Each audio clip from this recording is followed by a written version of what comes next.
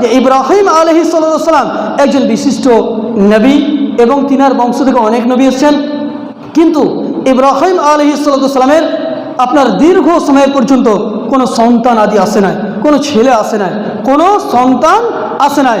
সে সময় বারবার ইব্রাহিম আলাইহিস সালাম আল্লাহকে বলেন, কি বলেন?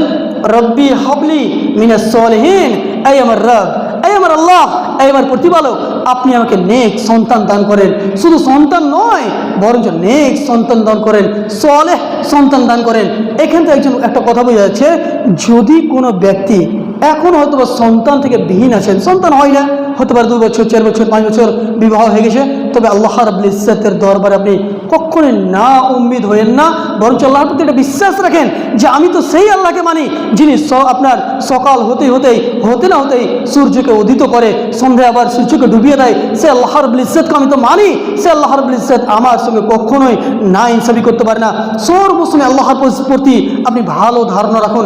ইব্রাহিম আলাইহিস সালাম যখন এই দোয়া করতে থাকলেন যে রব্বি হাবলি মিনাস সলিহিন, এই আমার রব, এই আমার প্রতিপালক, আপনি আমাকে নেক সন্তান আতা করেন, নেক সন্তান দান করেন, সেই সময় আল্লাহ রাব্বুল ইজ্জত তিনার দোয়াকে কবুল করে তিনাকে আপনার ইসমাইল আর ইসহাক আলাইহিস সালামের সুসংবাদ দিয়ে দিলেন যে আমি আল্লাহ আপনাকে ধৈর্যশীল সন্তান আতা করলাম।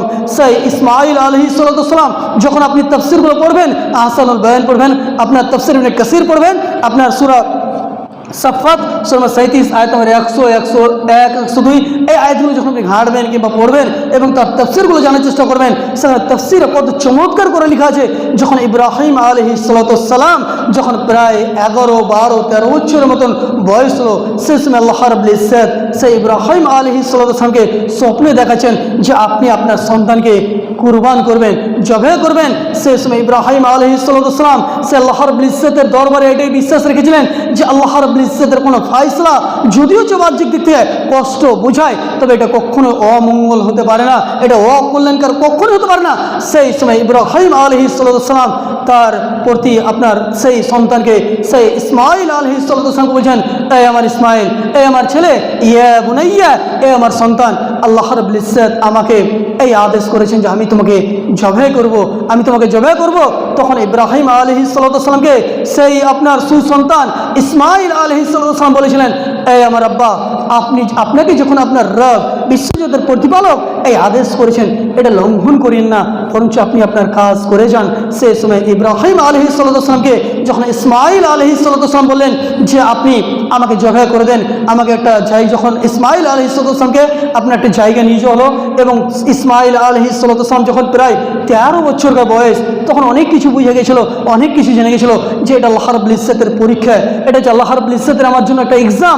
যেহেতু আল্লাহ রাব্বুল ইজ্জতের ফয়সালা কখনো আমাদের জন্য কষ্টকর, যদিও বাহ্যিক দিক থেকে হয়, তবে এটা কখনো অমঙ্গল হতে পারে না, এটাই হবে কল্যাণকার।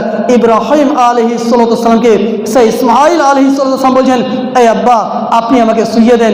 এবং ইসমাইল আলাইহিস সালাম আপনার কেতভাবে আপনার একদিক হয়ে ঘুমিয়ে গেলেন, একদিকভাবে আপনার শুয়ে গেলেন, যাতে করে আমার চেহারা, ইসমাইল আলাইহিস সালাম এই কথা ভাবছেন, আমার চেহারা, আমার মুখমণ্ডল আমার আব্বা ইব্রাহিম আলাইহিস সালাম দেখতে না পায়, যাতে করে ময়া না লেগে যায়।